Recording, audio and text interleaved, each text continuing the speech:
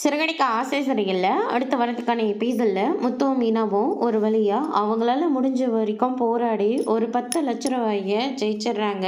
சரி, இந்த காசை கையில் வச்சுக்கிட்டு இருந்தால் தேவையில்லாமல் பிரச்சனை தான் வரும், கொஞ்சம் கொஞ்சமாக இந்த பணத்தை நம்ம அடைச்சிடலாம் அப்படின்னு சொல்லிட்டு ஒரே செக்கில் 10 லட்ச ரூபாய் பணத்தை எடுத்துகிட்டு போயிட்டு கொடுக்குறாங்க.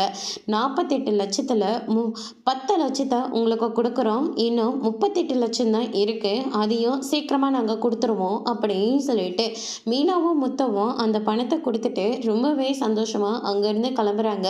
இதெல்லாம் பார்த்துட்டு இருக்கிற நம்ம சிந்தாமணி இருந்துட்டு இவங்க பணத்தை சீக்கிரமா இப்படியெல்லாம் கட்டிட்டா இவங்களுக்கு அந்த வீடு ஜெயிச்சிரமா, சந்தோஷமா அந்த வீட்டில் வாழலான்னு சொல்லிட்டு தானே இவங்க இவ்வளோ தூரம் பண்ணிக்கிட்டு இருக்காங்க. இந்த வீடு அவங்களுக்கு கிடைக்கவே கூடாது, அதனால என்ன செய்யணுமோ செய்யணும், இவங்க குடும்பம் மொத்த பேரும் நடுத்தரவில் நிற்கணும், அந்த முத்து மீனாவோ சந்தோஷமா இருக்கவே கூடாது அப்படின்ற மாதிரி சிந்தாமணி ஒரு பக்கம் சொல்லிக்கிட்டு இருக்காங்க. அதோட இன்னைக்கான பிரம்ம முடிச்சிருக்காங்க. இனி சிறகடிக்க ஆசை சரியில்லை.